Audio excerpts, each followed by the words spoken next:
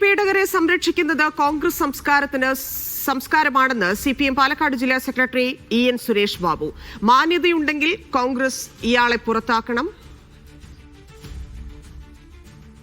Issue paper എടുക്കുന്ന പോലെയാണ് രാഹുലിനെതിരായ പരാതികളെന്നും സുരേഷ് ബാബു. ഇവിടെ ഇരയാക്കപ്പെട്ട യുവതയ്ക്ക് ഒരു സംരക്ഷണവും കോൺഗ്രസിന്റെ നേതൃത്വത്തിന്റെ ഭാഗത്ത് നിന്ന് കിട്ടിയില്ല. അപ്പോൾ ഇത്രയും ഒരു നീചമായ ഒരു പ്രവൃത്തി ചെയ്ത ഒരാളെ